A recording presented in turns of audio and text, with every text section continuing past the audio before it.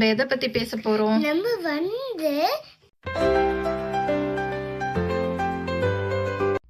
வணக்கம், என் பேர் பிரணிதா.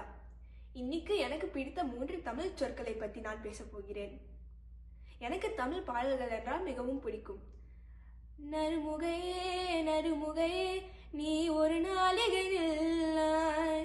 இந்த பாடலை நீங்க கேட்டிருக்கீங்களா? என் முதல் வார்த்தை நறுமுகை. இதை 2ஆக பிரித்து அதன் பொருளை தெரிந்து கொள்வோம்.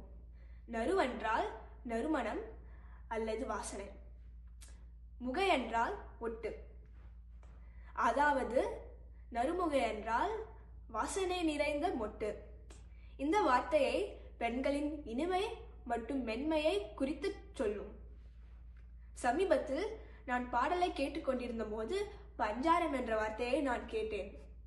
அதன் பொருளை நான் இணையத்தில் தெரிந்து கொண்டேன். பஞ்சாரம் என்றால் இன்று நாம் கிராமத்தில் பயன்படுத்தும் மூங்கில் கூடை. அந்தி பொழுதில் கோழிகளை பாதுகாப்பாக அடைத்து வைப்பதற்காக இதை பயன்படுத்துவோம்.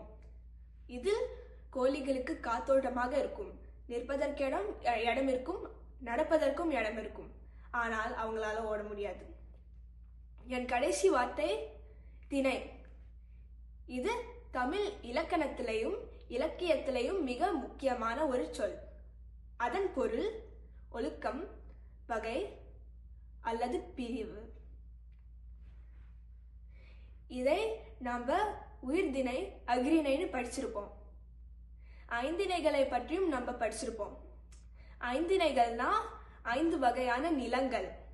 அதன் பெயர் குறிஞ்சி, முல்லை, மருதம், நெய்தல் மற்றும் பாலை.